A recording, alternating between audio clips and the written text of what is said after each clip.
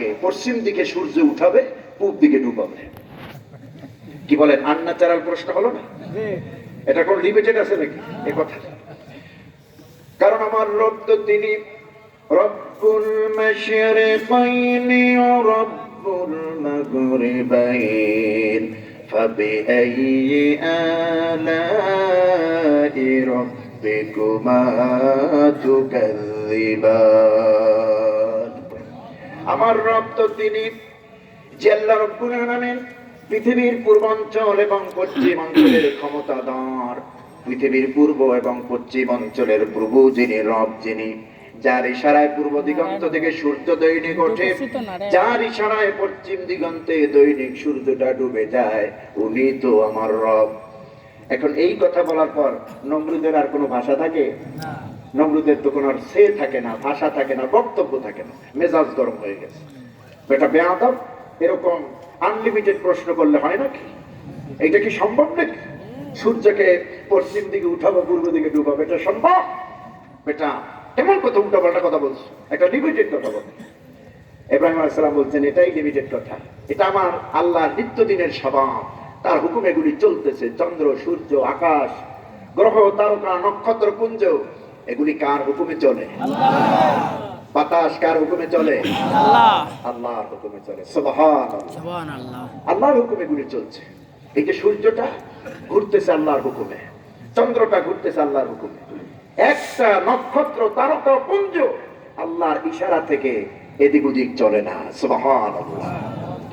আমার বন্ধুগণ, হযরত ইব্রাহিম আলাইহিস সালাম যখন নমরুদকে বলছেন, নমরুদ রে, এটা আমার আল্লাহর নিত্যদিনের স্বভাব, তার ক্ষমতা, প্রতিদিন তিনি পূর্ব দিগন্তে সূর্য উঠান, পশ্চিম দিগন্তে সূর্য ডুবান।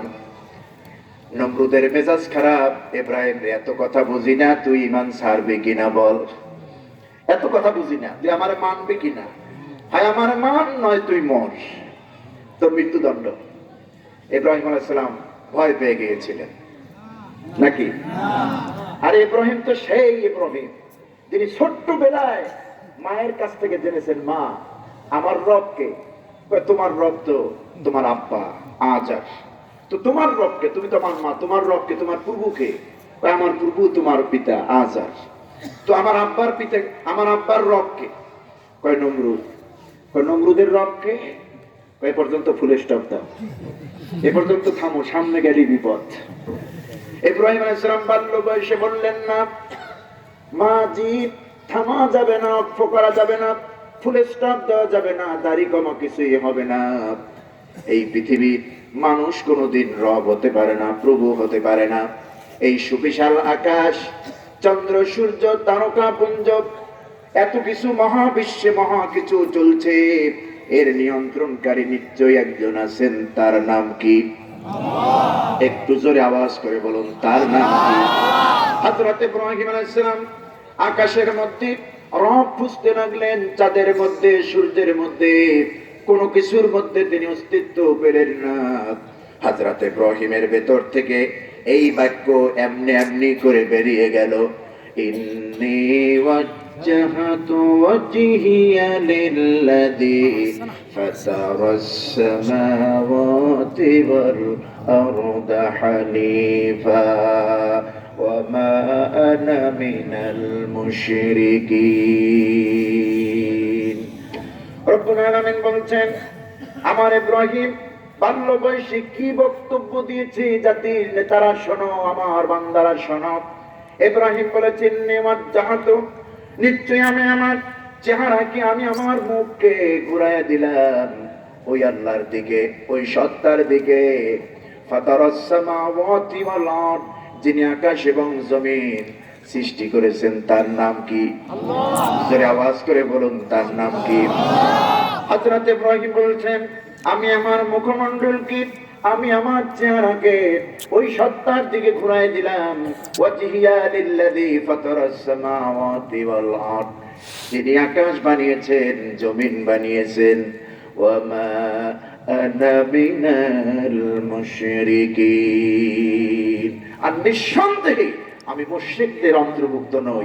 এই নমরুদ টমরুদ গোনার টাইম আমার নাই। কথা বুঝতেছে? আমার বন্ধুগণ, ওদের কাম হইল মূর্তি বানাইয়া সেজদা করা, মূর্তি বানাইয়া তারপরে জাহাপনা জাহাপনা করা। কি বলে? ইব্রাহিম বলছে এটা আমার কাজ নয়। আনা মিনাল মুশরিকিন, এই মুশরিকদের মধ্যে আমি অন্তর্ভুক্ত নই। আমি একজনকে মানি, তিনি কে? আল্লাহ। তিনি কে? আল্লাহ। ও ভাইরা, যশোরের তাওহীদ প্রিয় মুসলমান ভাইরা, আপনারা কি জানেন আমরা সেই ইব্রাহিমের সন্তান? আমরা সেই ইব্রাহিমের সন্তান। হ্যাঁ, জাতির পিতা ইব্রাহিম। এটা কে বলছে? আল্লাহ বলছে। জাতির পিতা ইব্রাহিম আলাইহিস সালামের সন্তান আমরা। রব্বুল আলামিন বলছেন মিল্লাত আবিকুম ইব্রাহিম ওয়া সাম্মাকুমুল মুসলিমিন। রব্বুল আলামিন বলছেন তোমাদের জাতির পিতা ইব্রাহিম আলাইহিস সালাম এমন একজন নবী যিনি তোমাদের নাম মুসলমান রেখেছেন।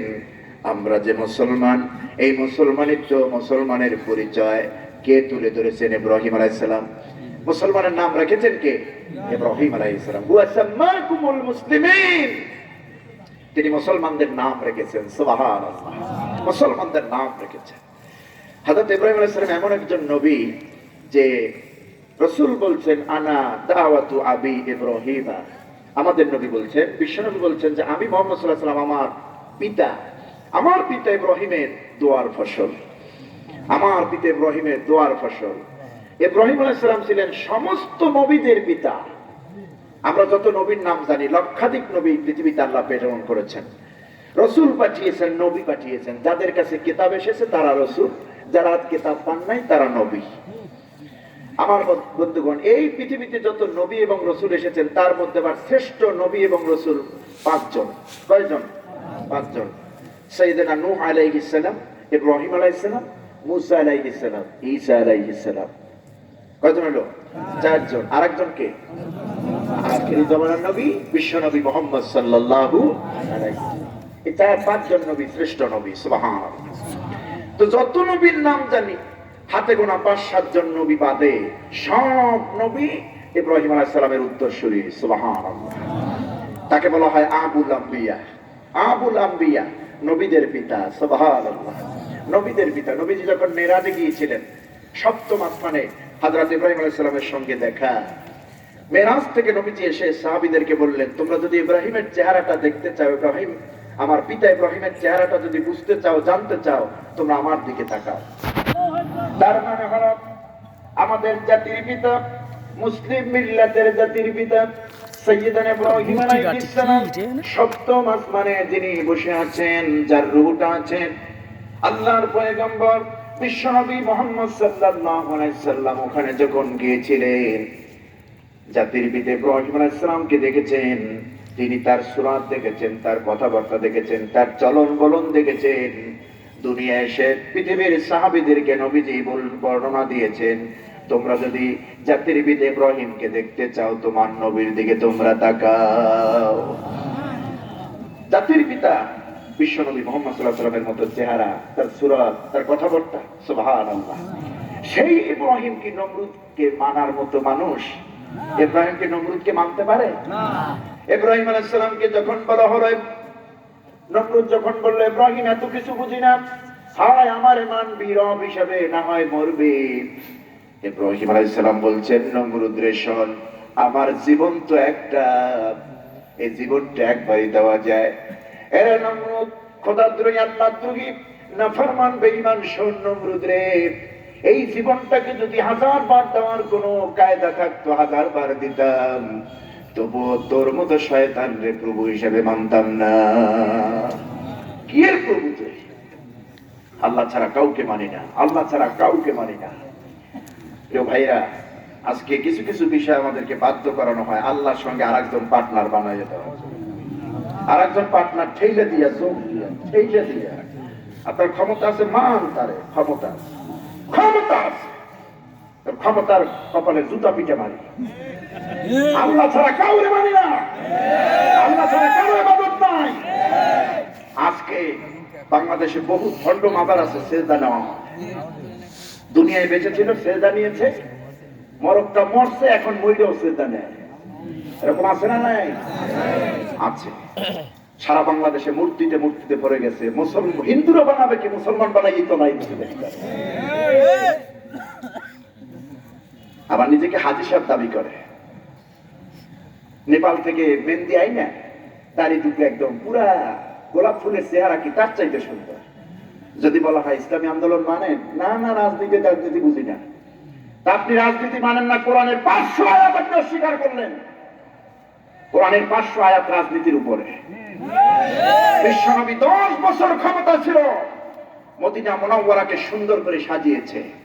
রাসূলের শাসন আমলে একটা বেধর্মীয় কষ্ট পান নাই, একটা বেদুইনের উপরে জুলুম করেন নাই, নির্যাতন করেন নাই। ইসলাম ক্ষমতা আসলে বেধর্মীরাও শান্তিতে থাকে, সেটা রাসূল দেখায় গিয়েছে। এখন আমরা তো এই বাংলাদেশে পচা রাজনীতির কথা বলিও না, কারণ বাংলাদেশে কাদা ছোড়াছুড়ি, এটা কোনো ভালো রাজনীতি নাই, ঠিক না? রাজনীতি হবে একজনের কল্যাণ আরেকজনে প্রতিযোগিতা করবে, যে আমি দেশের জন্য কত ভালো করি, দেখি জনগণের জন্য কত ভালো করতে পারি, যত ভালো করবো আমার তত শোনাও। এটা নাই, খেয়ে পুটে লুটে চুটে খাও। আমার বন্ধুগণ, সামান্য একজন অফিসারের দায়িত্বে থাকে, কোটি কোটি টাকার মালিক হয়ে যায়, জনগণের টাকা লুটে খায়।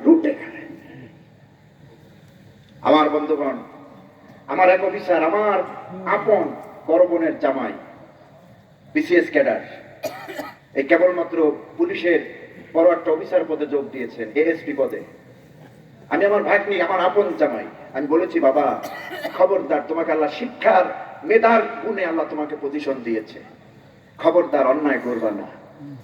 ওসি প্রদীপের মতো কোটি কোটি টাকা অন্যায় ভাবে বাংলাদেশের গরিবদের টাকা লুটে নিবা না, বলেছি এ কথা।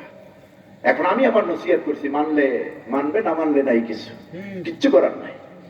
বন্ধুগণ আমার, যারা বলে যে ইসলামের রাজনীতি নাই, রাজনীতি করবেন না, আমরা রাজনীতি বাংলাদেশের পচা রাজনীতি করিও না, কিন্তু রাসূল যে রাজনীতি শিখিয়েছেন সে রাজনীতির কথা তো আমাদের বলতেই হবে। কোরআনের 500 আয়াত কেন হয় অস্বীকার হয়? আজকে ভারতের সুপ্রিম কোর্টে 26 থেকে 28টা আয়াতের ব্যাপারে রিট করা হয়েছে, আয়াত বাতিলের জন্য।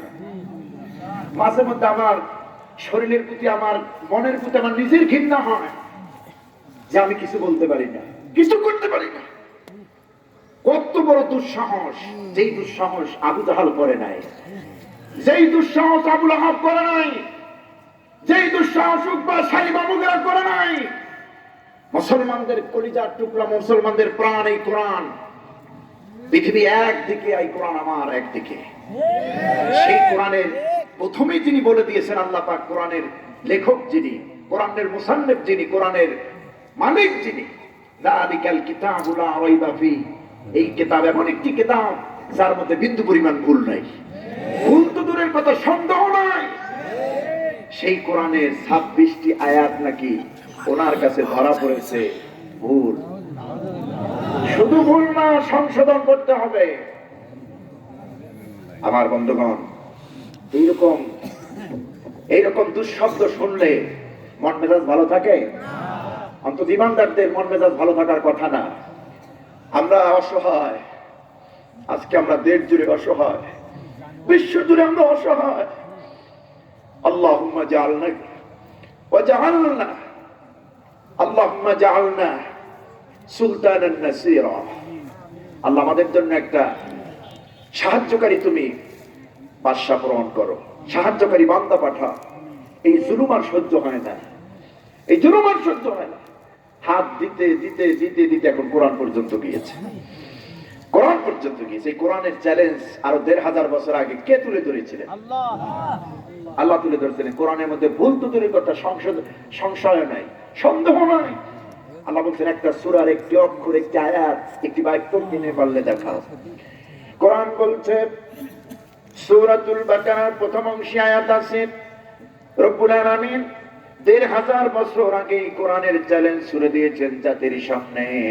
আবু জাহাল, আবু লাহাব, কাফের বেদিনদের সামনে তুলে ধরেছেন, যারা কোরআনকে অস্বীকার করত। আল্লাহ পাক বলছেন, ওয়া ইন কুনতুম ফি রাইবিম মিম্মা নাযালনা আলা আবদিনা ফাআতু বিসূরাতিম মিন মিথলিহি ওয়াদউ শুহাদাআকুম মিন দুনিল্লাহি ইন কুনতুম সাদিকিন। আল্লাহ রাব্বুল আলামিন বলছেন, ইন কুনতুম রাইবিম মিম্মা নাযালনা আলা আবদিনা। এই আয়াতের অর্থ খেয়াল করেন ভালো করে। ও কাফের বেদিনেরা, তোমরা যা আমার কোরআনকে অস্বীকার করো, কোরআনকে অমান্য করো, কোরআনকে মানতে চাও না আমার শ্রেষ্ঠ বিধান, এই কোরআন যা আমার, আমি যা আমার বান্দার উপরে নাযালনা আলা আবদিনা, আমি যা নাজিল করেছি আমার বান্দা, তার মানে হলো আমার নবীর উপরে, বিশ্ব নবীর উপরে, বিশ্ব নবীর উপরে যে কোরআন আমি নাজিল করেছি, এই কোরআনকে তোমরা যারা অস্বীকার করো, ফাতু বিসূরা, একটি সূরা, একটি সূরা, একটি সূরার অংশ তোমরা এরকম এনে দেখাও। ফাতু বিসূরাতিম মিন মিথলিহি, এই কোরআনে যে আমি সূরা দিয়েছি, এই সূরার মতো একটা সূরা এনে দেখাও। ছোট্ট সূরা, সূরাতুল কাউসার, সূরাতুল ফালাকের মতো একটা সূরা তৈরি করো। ইন্না আতাইনাকাল কাউসার লাইসা কালামু লাইসা হাযাল কালামুল বাশার। ওরা ওই পর্যন্ত বানাইছে যে আল্লাহ এই, আল্লাহ ওই, তুমি যা করছো সবই ঠিক, এটা কোনো বাশার, এটা কোনো মানুষের তৈরি করা কোনো কিতাব নয়। আমার বন্ধুগণ, এই চ্যালেঞ্জ আল্লাহ শুরু দিয়েছেন ১৫০০ বছর আগে। এরপর আল্লাহ বলছেন, فَإِن لَّمْ تَفْعَلُوا وَلَن تَفْعَلُوا فَاتَّقُوا النَّارَ الَّتِي وَقُودُهَا النَّاسُ وَالْحِجَارَةُ أُعِدَّتْ لِلْكَافِرِينَ। রব্বুল আলামিন বলছেন, فَإِن لَّمْ تَفْعَلُوا وَلَن تَفْعَلُوا, আল্লাহ পাক বলছেন কাফেরেরা কোনোদিন পারবে না, পারার কথাও নয়। কোরআনের মতো একটা সূরা তোমরা কোনোদিন বানাতে পারবে না, পারার কথাও নয়। সুতরাং সেই আগুনকে ভয় করো, ফাত্তাকুন নারাল্লাতী ওয়াকুদুহান নাস ওয়াল হিজারা, সেই আগুনকে ভয় করো যেই আগুনের ইন্ধন জ্বালানি হবে মানুষ আর পাথর। তার মানে হলো তোরা যারা অস্বীকার করো আমার কোরআনকে, কোরআনের বিরোধিতা যারা করো, তোদের দিয়ে আমি আগুন জ্বালাবো আগে, জাহান্নামকে প্রজ্বলিত করব, জাহান্নামকে তোদের দ্বারা জ্বালাবো।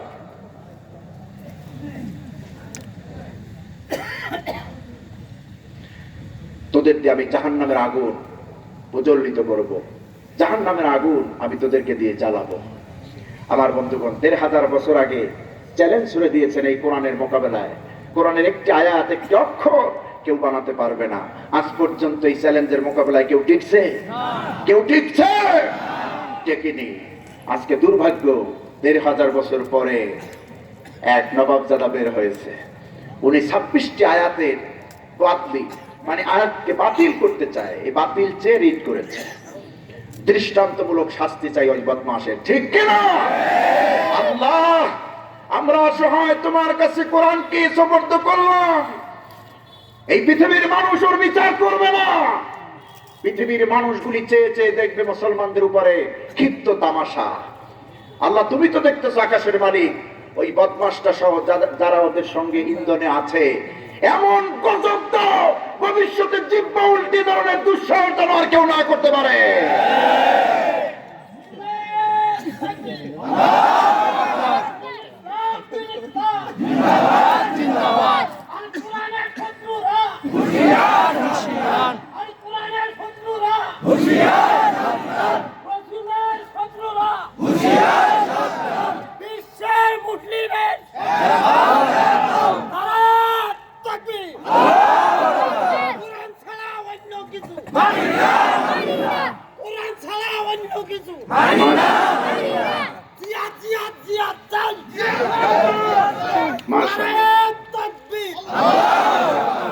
মুরব্বীর ইমানি তেজ দেখছেন? আপনারা কি করছেন বসে বসে? মুরব্বীর ইমানের তেজ দেখেন। কোরআন যখন শোনে, আল্লাহ যে বলছেন পৃথিবীর মানুষের কথা ২ নম্বরই হয়, আল্লাহর কথা কি ২ নম্বরই হয়? নাউজুবিল্লাহ। যত কোরআন শুনলে মুমিন ইমান তাজা হয়। এই কোরআন আল্লাহ বলছেন, وإذا تليت عليهم آياته زادتهم إيمانا وعلى ربهم يتوكلون আমার মুমিন বান্দাদের সামনে যখন এই কোরআন তেলাওয়াত হবে আল্লাহ পাক বলছেন যাদাতুহুম ঈমানা, তাদের ঈমান বৃদ্ধি পেয়ে যাবে। যেমন আপনাদের বাড়তেছে আলহামদুলিল্লাহ। আমাদের ঈমান যদি না বাড়ে কোরআন তেলাওয়াত শুনে বুঝতে হবে এর মধ্যে নেফাকি জড়তা ঢুকছে। কি বলেন ঠিক কি না? আর বাংলাদেশে মুনাফিকের কম আছে? মুনাফিকের সংখ্যা কম না বেশি? বেশি। দেখুন মসজিদের সেক্রেটারি বলবে হুজুর সুদের ব্যাপারে বলবেন না, চাকরি কিন্তু দেওয়ার ক্ষেত্রে আমার অবদান বেশি। পরের জুমায় হুজুর ঘুষের ব্যাপারে বলবেন। সভাপতি সাহেব বলছেন দেখেন আমি কিন্তু অমুক একটা অফিসার, আপনি মোটেও ঘুষের নামও লইবেন না। ক্যাশিয়ার যিনি উনি হইল বেপর্দা চলে ওনার বউ মাইয়া। পরের জুমায় হুজুর নিয়াত করছে যে আমি খুতবা দেব আজকে পর্দা সম্পর্কে। ইমাম সাহেবের রুমে গিয়ে ক্যাশিয়ার সাহেব বলছেন খতিব সাহেব হুজুর গত জুমায় সুদের ব্যাপারে বলতে পারেন নাই, বেশ ভালো কথা, আমি কিন্তু জানি আপনি সুদের ব্যাপারে বলেন নাই, সেক্রেটারিরে বাঁচাই দিয়েছেন। ঘুষের ব্যাপারে বলেন নাই, সভাপতিরে বাঁচাই দিয়েছেন। আমি জানি এরপরে টার্গেট করবেন আমারে। আমার বউ বেপর্দা চলে, আমার স্ত্রী, আমার সন্তান। খবরদার এই জুমায় বেপর্দার হজ চলবে না। এখন খতিব সাহেব কি দিবে? খতিব সাহেব কি বক্তব্য দিবে? আমার খতিব ভাই যারা আছেন আপনারা তো গ্রামে খুতবা দেন, আলহামদুলিল্লাহ। আমি ছোট্ট গোলাম ঢাকার বুকে খুতবা দেই। আপনারা যারা এসেছেন এই এখন এর থেকে বহুত গুণ বেশি আমার জুমায় মুসল্লি আসে। আমি উন্মুক্ত কণ্ঠে কথা বলি। অন্য মসজিদ কমিটির চাইতে আমার মসজিদ কমিটি আলহামদুলিল্লাহ অনেক ভালো। এই ধরনের বাধা বিপত্তি দেন না, এই ধরনের বাধা বিপত্তি দেন না। আমি প্রথম জুমাই বলেছি, আর 5 বছর আগে যেখানে এই মসজিদে আমি দায়িত্ব নিয়েছি, প্রথম জুমাই বলেছি আমাকে উন্মুক্ত ময়দানে কথা বলতে দিতে হবে, উন্মুক্ত মুখে আমাকে কথা বলতে দিতে হবে। আমাকে সুদের ব্যাপারে, ঘুষের ব্যাপারে, জেনার ব্যাপারে, হারামের ব্যাপারে, জুলুম নির্যাতনের ব্যাপারে, মিথ্যার ব্যাপারে আমাকে বলতেই হবে। আলহামদুলিল্লাহ যত সত্য বলি চাকরি তত মজবুত হয়।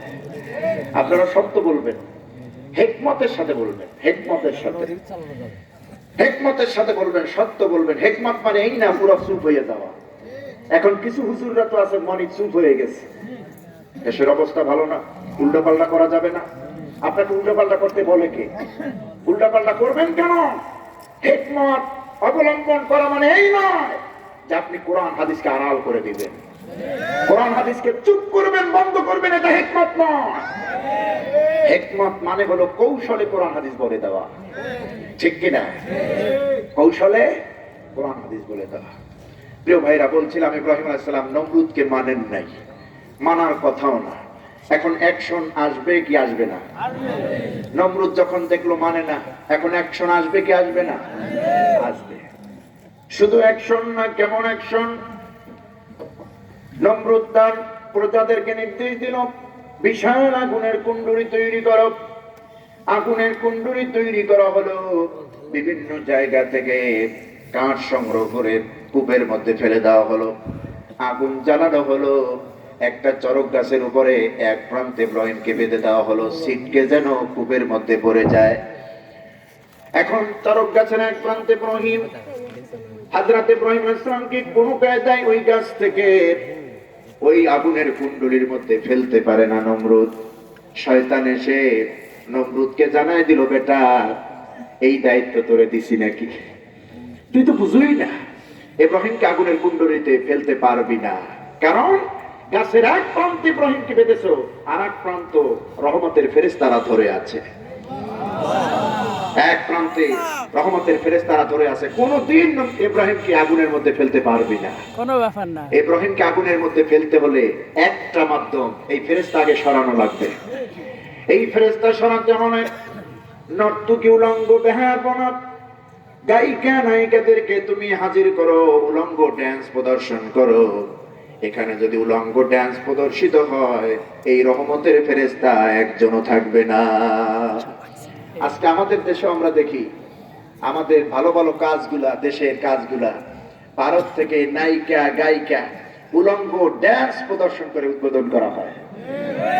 আপনারা বলেন এটা কি মুমিনের কাজ না শয়তানের কাজ? কথা বলেন, মুমিনের কাজ না শয়তানের কাজ? আজকে এই সিনেমায় যারা অভিনয় করে এদের ব্যবসা তো বন্ধ, আলহামদুলিল্লাহ এদের ব্যবসা বন্ধ। এখন এরাই মাহফিলে ঢুকতেছে কিভাবে? এই গত 3 দিন আগে আমি সাতক্ষীরা এসেছিলাম। সাতক্ষীরায় আপনারা সম্ভবত ইউটিউবের যুগ, আপনারা ইউটিউবে দেখেছেন এক ভণ্ড সিনেমার নায়িকাদের মেকআপ করা, নায়িকা গায়িকা এদেরকে মেকআপ করান এক মেকআপ ম্যান আবুল কালাম আজাদ, ভারতের একজন বক্তা, নাম করা বক্তা। ওনার পরিচয় নিয়ে উনি মঞ্চে আসছে ওয়াজ করতে। এই গত পরশুদিন চেয়ারম্যানের সাথে আমার, সেই চেয়ারম্যানের সাথে দেখা। তো চেয়ারম্যান সাহেব পাশে বসা, ভালো চেয়ারম্যান আলহামদুলিল্লাহ, খুব ভালো আল্লাহওয়ালা মানুষ, আলেম ওলামাকে সম্মান করে। সব চেয়ারম্যান তো আর বজ্জাত না, সব চেয়ারম্যান তো আর খারাপ না। বাংলাদেশে অসংখ্য চেয়ারম্যান আছে এখনো ভালো, ঠিক কিনা? তো এই চেয়ারম্যান সব বসা, ওই বক্তব্য উনি দিচ্ছেন, রুমাল একটা পেঁচাইয়া। এরপরে করোনার যুগ, সাপোর্ট হয়েছে, বিশাল একটা মাস্ক পরে আসছে। এরপর এখানে নকল দাড়ি লাগাই আসছে, কথা বুঝে আসছে। নকল দাড়ি আর কত দূর থেকে স্টেজে যখন বক্তব্য দিতেছে, কোন আরবি ইবারত নাই, কোরআনের আয়াত নাই, হাদিস নাই, কথার ভাষাই বোঝা যায় যে একটা ভণ্ড আসছে একটা চুরি চারামি করে। এখন চেয়ারম্যান সাহেব অনেকক্ষণ সহ্য করার পর আর বরদাস্ত করতে পারলেন না, মাইকটা টেনে নিয়ে বলছে, এই যে পোস্টারের নাম দেখছি আবুল কালাম আজাদ, আপনি কি সেই আবুল কালাম আজাদ? আমার তো মনে হয় না, কারণ আমার এই মোবাইলে 30 থেকে 35 জন বক্তাদের লিস্ট আমার আছে, আমি ডাউনলোড করে প্রতিদিন শুনি আবুল কালাম আজাদ সব। আপনার তো মনে হয় না। এখন চোরের মনে পুলিশ পুলিশ ধরা খেয়ে গেছে, কি করবে? এখন কিছু বলতে চাইলো, এর মধ্যে বলতে বলতে তার দাড়ির এক অংশ ছুটে গেছে। চেয়ারম্যান সব এখন ক্লিয়ার পুরা, আর সহ্য করলাম, মারছেন এক থাপ্পড়। এখন স্টেজে মুরব্বীর মতো জজবাওয়ালা যারা ছিলেন সহ্য আর করতে পারলেন না, কিল খুশি দামের দিয়া আরাবুন অখর রিব্বুনিয়া, যে যেরকম পারছে সমানে দিছে। সিনেমার ব্যবসা বন্ধ, গায়িকা নায়িকাদের ব্যবসা বন্ধ, ঢোল টাম্বুরার ব্যবসা বন্ধ, যাত্রাপালার ব্যবসা বন্ধ। এগুলি যখন বন্ধ হয়েছে, এখন ওরা কোরআনের মাহফিলের বিরোধিতা করতেছে। আর বিরোধিতা করে যখন পারে না, কারণ এদেশ তো মুসলমানদের, এদেশ তো মুসলমানরা আয়োজন করে কোরআনের মাহফিল, যখন বিরোধিতা করে পারে না, এখন ছদ্মবেশে এই মাহফিলে ঢুকতেছে এরা। কি বলেন, ঠিক কিনা? তোমরাই, তোমাদের মতো নর্তকীরাই এদেশ থেকে কোরআনের মুফাসসিরদেরকে বিদেশ পর্যন্ত পাঠিয়েছো, এদেশ থেকে খেদায়েছো, কোরআনের খাদেমদেরকে বন্দী করে রেখেছো ষড়যন্ত্র করে। তোমরা করেছো এগুলা, তোমরা করেছো, তোমরা করেছো। বাংলাদেশে বলুন, সারা বাংলাদেশ আলহামদুলিল্লাহ যুবকের ঢল নামে কোরআনের মাহফিলে গান বাজনা, থিয়েটার, সেতারা, দোতারা, তেতারা, এই জাতীয় কনসার্ট, আয়ুবাসু, জেমস, এদের কোন অনুষ্ঠান এখন আর বাংলাদেশে ব্যাপক হয়? হাতে গোনা কম, হাতে গোনা কম, একদম নাই। আলহামদুলিল্লাহ যুবকদের মুখে এখন কলেমার পতাকা। কখন কালেমার পতাকা উড্ডীন হবে, কখন ইসলামী বিজয় হবে, কখন সংসদ ভবনে কোরআনটা চলে যাবে। যুবকদের চোখ এখন খুলে গিয়েছে আল্লাহর কোরআন দিয়ে, সুবহানাল্লাহ। মিজানুর রহমান আজারি, আহা, এদেশের একটা রত্ন ছিলেন, একটা রত্ন ছিলেন। যেমন সুন্দর ভাষা, তেমন সুন্দর ব্যবহার, তেমন তার স্পোকেন, তেমন তার মেধা, সুবহানাল্লাহ। তিনি কোন রাজনৈতিক বক্তব্য দিতেন না, দিতেন? তিনি সরকারের বিরুদ্ধে কথা বলতেন না, বিরোধী দলীয় ব্যাপারে বিরুদ্ধে কথা বলতেন না, আলেম ওলামাদের বিরুদ্ধে কথা বলতেন না। কত আলেমরা তার বিরুদ্ধে লেগেছে, কত কিছু উপাধি দিয়েছে, কিন্তু কোনদিন মিজান আজারির সম্পর্কে আমরা তো কিছুই শুনলাম না। তিনি তো কোনো কাউকে গালি দেন নাই, কাউকে কটাক্ষ করে কথা বলেন নাই। এই বয়াতি, গায়ক, নায়ক এরাই এই দেশ থেকে এমন একটা সুন্দর লোককে খেদাইছে। একদম একজন মিজানাদারিকে মালয়েশিয়া পাঠায় কি মনে করবা ইসলাম বন্ধ হবে বাংলাদেশে? পশ্চিমকালেও নয়, এদেশ ইসলাম চলবে, চলছে এবং চলবে। সুতরাং ইবলিস বলল, নমরুদ রে, গায়িকা নাই কেন নর্তকী না আনলে ইব্রাহিমকে তো আগুনের মধ্যে ফেলতে পারবি না, কারণ রহমতের ফেরেশতারা গাছের আর এক প্রান্ত ধরে আছে। নমরুদ ইবলিসের পরামর্শ অনুযায়ী